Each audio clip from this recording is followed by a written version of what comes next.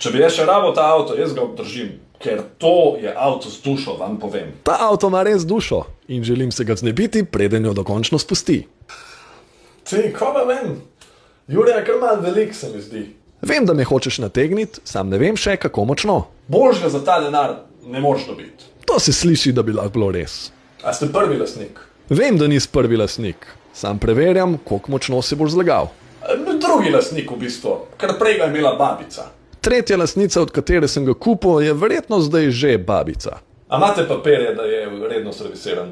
Tudi če ti verjamem, da si ga servisiral, si verjetno plačal na roko. Zato bom zbijal ceno. Nažalost nimam, sam lahko pa greva do avtomehanika, pa bo povedal, da so menjal vse mogoče, kar je bilo za zamenjati. Model vse crkuje, zato se ga poskušam znebiti.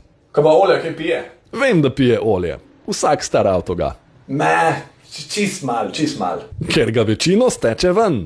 Ko pa klima, a dela? Nobenemu staremu avto ne dela. Ja, deluje, sam napolniti je treba. Potem, ko zamenjaš kompresor. 500 največ.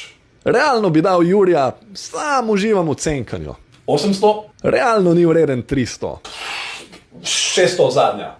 Mislim, da dobijam erekcijo. Ajde, 650 pa roka. Še vedno ga boš preplačal.